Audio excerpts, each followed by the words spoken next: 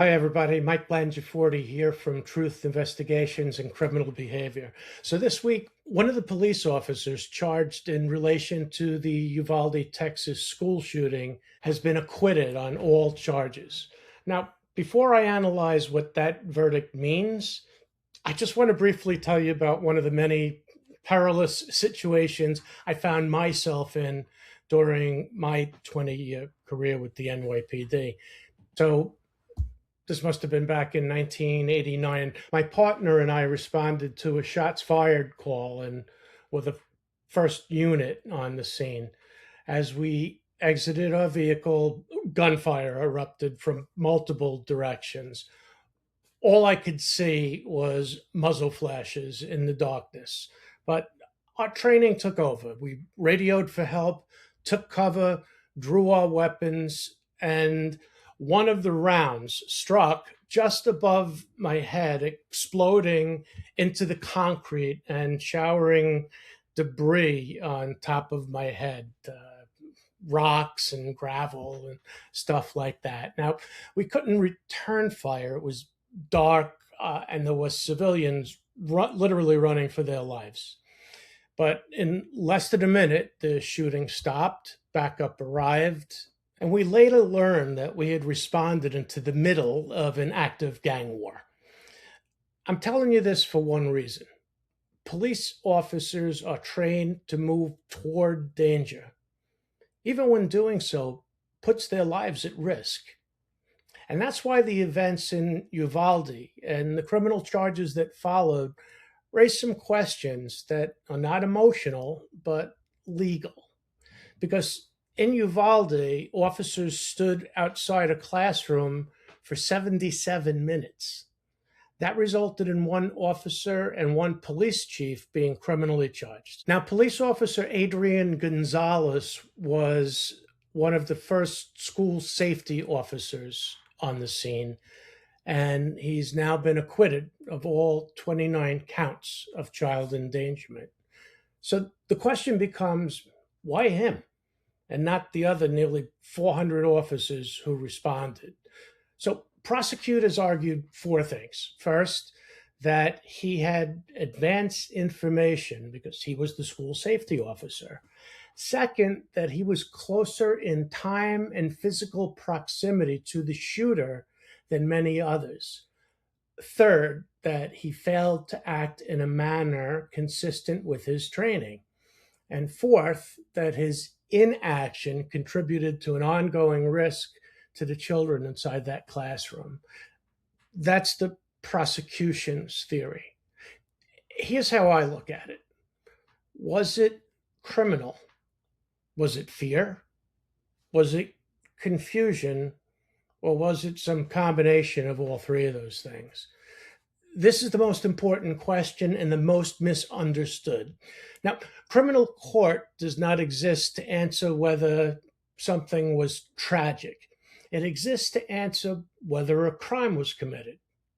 The prosecution had to prove that Adrian Gonzalez knowingly and recklessly violated a legal duty in a way that met the statutory definition of child endangerment. Not that he should have acted, not that he could have acted, but that his failure to act crossed the line into criminal conduct. Let's talk about fear for a second. Fear is not weakness. Fear is biology. When I was getting shot at, of course there's fear, and anybody that tells you otherwise that's been in a shooting is wrong. Of course you're frightened. Of course there's fear. But when I was training younger officers as I went up the ranks in the police department, I used to talk about fear. If the fear consumes you, if the fear paralyzes you, then you're in the wrong profession. You have to use the fear to your advantage. You have to use the fear to put into effect your training, to put into effect your action plan, to put into effect because a lot of times you're making split-second decisions. Training doesn't eliminate fear. Criminal law punishes intentional or reckless conduct, and that distinction matters. Uvalde had no clear command. It had conflicting authority, broken communication. There were multiple agencies, multiple radios, conflicting information, and there was no unified command. So when responsibility is blurred, criminal liability becomes almost impossible to isolate. Prosecutors knew that. So here's the uncomfortable truth. It can be all of those things. It can be fear, can be confusion. Certainly there was poor leadership, catastrophic failure. They all had active shooter training. And for whatever reason, it didn't instinctively kick in once they were in an active shooter scenario. But despite all of that, it still doesn't have to be a crime. It doesn't mean, however, that accountability disappears. So where does that leave us now? One officer has been acquitted, and another, the former Uvalde school police chief, Pete Arredondo, still faces criminal charges.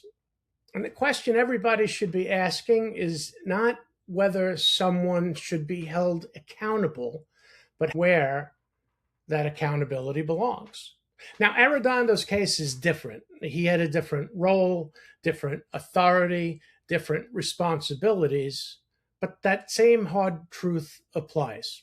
Criminal court isn't designed to resolve systemic collapse. It's designed to determine whether a specific individual committed a specific crime beyond a reasonable doubt.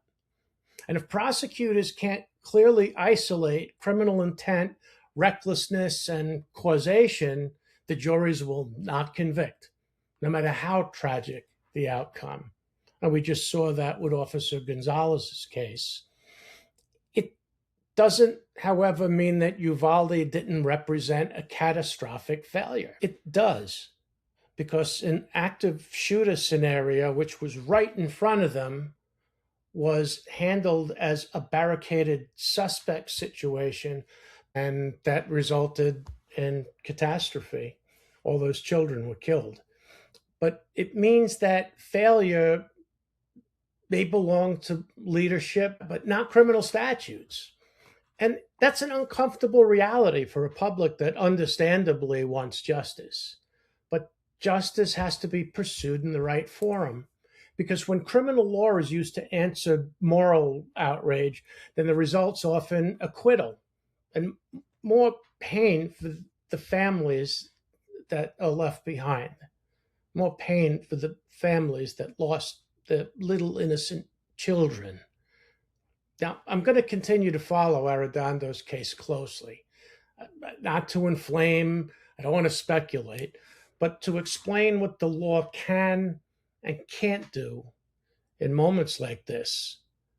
Will the Gonzalez acquittal affect the Arredondo case? We'll certainly find out. I'm Mike Blangiforti, and this is Truth, Investigations, and Criminal Behavior.